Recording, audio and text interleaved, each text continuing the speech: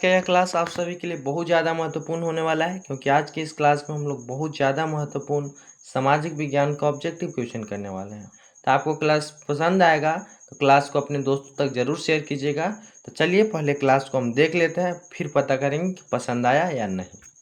तो आज का जो हमारा फर्स्ट प्रश्न है, पहला यानी प्रश्न है, पहला प्रश्न है कि भारत में सबसे अधिक रोजगार जो है से किस क्षेत्र से मिलता है। तो भारत में सबसे अधिक रोजगार कृषि क्षेत्र में मिलता है। कहाँ मिलता है?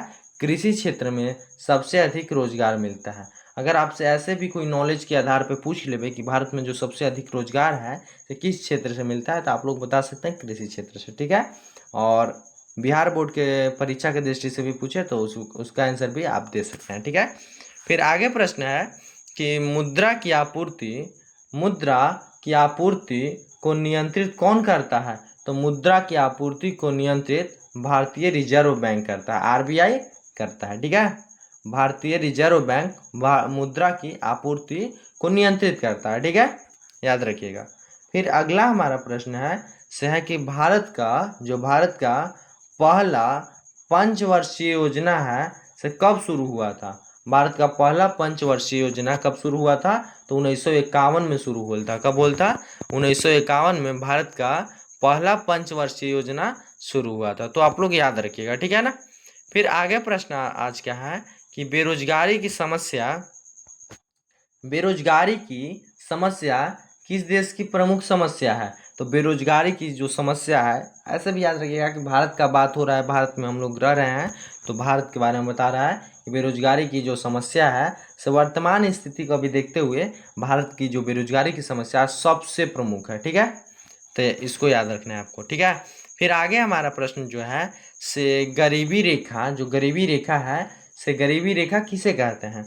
तो गरीबी रेखा जो है से न्यूनतम जीवन यापन की आवश्यकताओं को पूरा न कर पाने की स्थिति को हम क्या कहते हैं? गरीबी रेखा कहते हैं। और आप लोग याद रखिएगा कि यह जो क्लास है केवल रिवीजन के लिए इसको डिजाइन किया गया है। इस चलते हम इसका क्वेश्चन और आंसर साथ साथ लिख के आए हैं। तो गरीबी रेखा किसे कहते हैं? न्यूनतम जीवन यापन की आवश्यकता जो होता है, आवश्यकताओं को पूरा न कर पाने की स्थिति को ही क्या कहते हैं? गरीबी रेखा कहते हैं। और ऐसे व्यक्ति को क्या कहा जाता है? तो गरीब व्यक्ति कहा जाता है, पुअर पर्सन कहा जाता है। ठीक है, आप लोग इतना याद रखिएगा। ठीक है ना। फिर चलते हैं आगे कि आगे प्रश्न है कि देश की आर्थिक प्रगति को मापने का मुख्य आधार क्या है। देश की जो आर्थिक प्रगति है इसको मापने का मुख्य आधार क्या है? तो जीडीपी है। क्या है? जीडीपी, सकल घरेलू उत्पाद। ठीक है ना, सकल घरेलू उत्पाद। ठीक है ना, आप लोग को समझ में आया होगा। फिर आगे प्रश्न है कि भारत में सबसे अधिक बैंकिंग सेवा किस क्षेत्र में है। तो भारत में सबसे अधिक बैंकिंग सेवा शहरी क्षेत्र में है। ग्रामीण क्षेत्र में कहाँ से रहेगा? शहरी क्षेत्र में है सबसे अधिक बैंकिंग सेवा। पर अब तो ग्रामीण क्या शहरी क्या सेम ही है।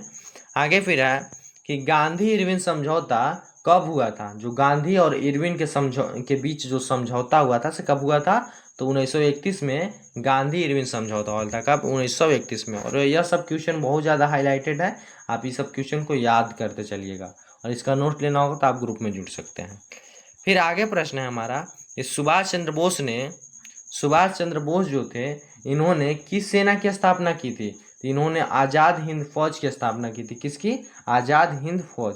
और इसके बदौलत ही मिला जुला के आप जो भी बोलिए, इसके बदौलत ही हमारा जो भारत है से आज़ाद हुआ। ठीक है ना, आज़ाद हिंद फौज। कभी इस पे एक तो अलग ही वीडियो बनाएंगे कि आज़ाद हिंद फौज क्या था, सुभाष चंद्र बोस कौन थे। ठीक है ना, तो बहुत ज़्यादा महत्वपूर्ण होता है। फिर आगे क्वेश्चन हमारा है कि जालियांवाला बाग हत्याकांड कब हुआ था। तो यह तो शायद आपको याद नहीं होगा कि 13 अप्रैल 1919 में हुआ था। और कहाँ हुआ था आपको यह बताना है कि जालियांवाला बाग हत्याकांड जो है से कहाँ हुआ था। ठीक है, हम बता दिए 13 अप्रैल 1919 को हुआ था। ठीक है, फिर आगे क्वेश्चन है कि भारत छोड़ो आंदोलन कब प्रारंभ हुआ। तो भारत छोड़ो आंदोलन जो है 1942 में स्टार्ट हुआ था। कब हुआ था? भारत छोड़ो आंदोलन कब स्टार्ट हुआ था? तो 1942 में स्टार्ट हुआ था। ठीक है ना। फिर एक क्वेश्चन है कि असहयोग आंदोलन का नेतृत्व किसने किया था? तो असहयोग आंदोलन का नेतृत्व महात्मा गांधी किए थे। कौन किए थे? महात्मा गांधी किए थे। और इसको बंद क्यों किया गया? असहयोग आंदोलन जो है पूर्ण अच्छा रूप से चल रहा था, तो बंद क्यों किया गया था? तो ये आपका हो गया था चौरी चौरा कांड हो गया था, इसके कारण असहयोग आंदोलन को बंद किया गया था। अब चौरी चौरा कांड क्या है से अभी आप अच्छे से पढ़ लीजिएगा, शायद वीडियो डला भी है इससे रिलेटेड, असहयोग आंदोलन से रिलेटेड वीडियो डला है चौरी चौरा कांड, उसमें भी पढ़ाया गया है। एग्जैक्ट डेट तो इसका नहीं, कहीं 4 फरवरी भी दिया जाता है, कहीं 5 फरवरी भी, पर आप लोग 1922 याद रखिएगा कि 1922 4 फरवरी याद रखिएगा, 4 फरवरी 1922 को चौरी चौरा कांड हुआ था, जिसमें जो पुलिसकर्मी थे अंग्रेज के उनको जला दिया गया था पुलिस स्टेशन के अंदर ही। इसके कारण जो महात्मा गांधी थे, बापू जो थे से असहयोग आंदोलन को वापस ले लिए थे हिंसा हो जाने के कारण। ठीक है, फिर आगे है कि गांधी जी दक्षिण अफ्रीका से भारत कब लौटे थे? तो जस्ट जो प्रथम विश्व युद्ध हुआ था उसके 1 साल बाद 1915 ईस्वी में गांधी जी दक्षिण अफ्रीका से भारत लौट आए थे। ठीक है ना। फिर अगला प्रश्न है कि भारत का पहला स्वतंत्रता संग्राम है से कब हुआ था? तो 1857 में। क्या हुआ था? तो सिपाही विद्रोह हुआ था, याद रखिएगा। भारत का पहला स्वतंत्रता संग्राम उसे ही कहा जाता है 1857 सिपाही विद्रोह को। ठीक है, फिर आगे प्रश्न है कि विभाजन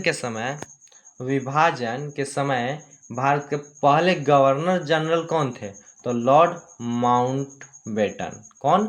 लॉर्ड माउंटबेटन। इनको इसको नहीं बोलिएगा, ठीक है, माउंटबेटन केवल बोल सकते हैं आप। लॉर्ड का मतलब क्या होता है आप लोग अच्छे से जानते हैं। ठीक है, लॉर्ड माउंटबेटन। फिर है कि संविधान सभा की पहली बैठक कब हुई? संविधान सभा जो है संविधान सभा की पहली बैठक कब हुई थी? संविधान सभा की पहली बैठक 9 दिसंबर 1946 को हुई थी। कब हुई थी? 9 दिसंबर 1946 को। यहाँ लॉर्ड माउंटबेटन याद रखिएगा। ठीक है, इसका आंसर। फिर आगे है कि गांधी जी ने दांडी यात्रा कहाँ से शुरू की थी? गांधी जी ने दांडी यात्रा साबरमती आश्रम से शुरू की थी। कहाँ से? साबरमती आश्रम से शुरू की थी। तो आपको यह क्लास अच्छा लगा होगा, नॉलेज के बेस से आधार पर भी, और बिहार बोर्ड की जो परीक्षा हुआ था उसके आधार से भी। तो चलिए आज की इस क्लास को हम यहीं पर बंद करते हैं, मिलते हैं अगले क्लास में। और इससे पहले आप लोग सभी वीडियो नहीं देखे हैं तो ज़रूर देख लीजिएगा, क्योंकि बहुत ज़्यादा उसमें मेहनत लगा है, और साथ ही बहुत फास्ट हम रिवीजन करवा रहे हैं। 5-6 मिनट में 20 क्वेश्चन 25 क्वेश्चन का रिवीजन हो जाता है आपका। तो देख लीजिएगा, बहुत ज़्यादा फ़ायदा मिलेगा, प्रॉफिट मिलेगा, और अपने दोस्तों को भी ज़रूर बताइएगा। तो चलिए आज की इस क्लास को यहीं पर बंद करते हैं, मिलते हैं अगले क्लास में। तब तक के लिए जय हिंद, जय भारत।